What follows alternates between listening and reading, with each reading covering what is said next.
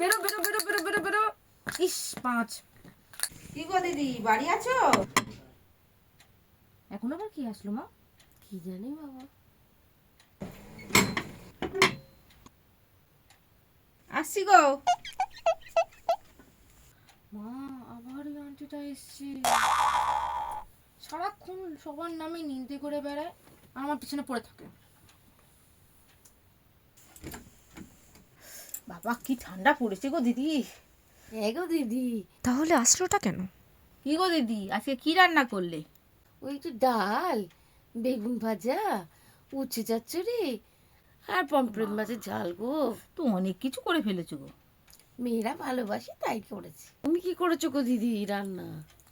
ওই তো ছেলে বললো মাংস খাবে, তো ওর জন্য চিকেন করলাম। আমি তো আবার চিকেন ফিকেন খাই না, আমি আমার একটু মাংস মাটন না হলে ঠিক চলেই না।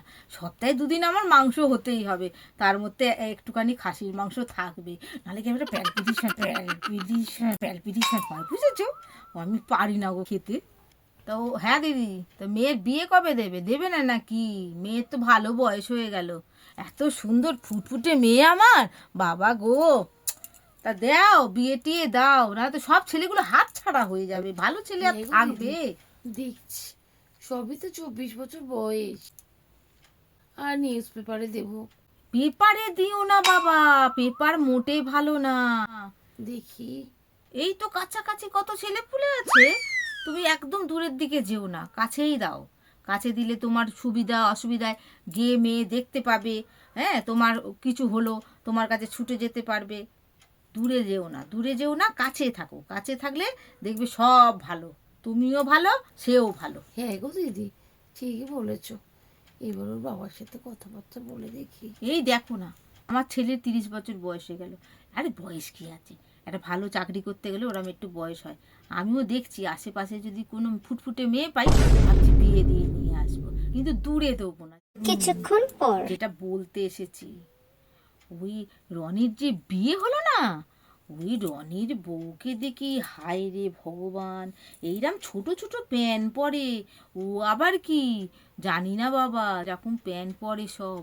আরে মেয়ে মানুষ ওইরকম ছোট ছোট কেউ প্যান্ট জামা পরে, কি জানি বাবা, আমরা তো এরকম পরিনি কোনোদিনও, আমরা এসব জানি না। নাকি বাবা চুলটা না পুরো ভেজা, জানো তো দিদি, এই বেলা করে চান করলে কি হবে, চুল মোটে শুকোতে চায় না, একদম ভিজে ডাব হয়ে আছে। হ্যাঁ গো দিদি, সন্ধ্যেবেলা করলে এরকমই হয়। বাবা মা আমার পুট পড়েছে কিন্তু। ইমা না, তুই চুল ছেড়েছিস কেন ভর সন্ধেবেলায়?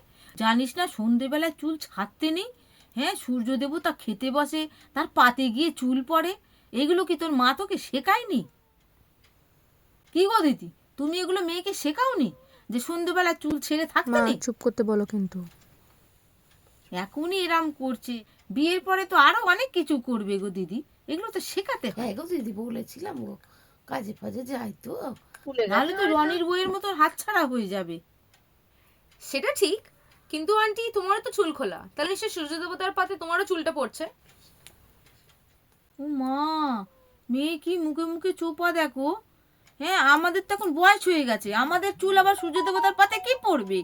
তোদের চুলগুলো গিয়ে পড়বে, তোরা তো ছোট মানুষ, এখনই এত মুখে চোপা। আমি বললেই নাকি মুখে মুখে তর্ক করছি, এটা কোনো লজিক হলো মা? চুলটা বেঁধে নেবো, লক্ষ্মী মেয়ে আমার।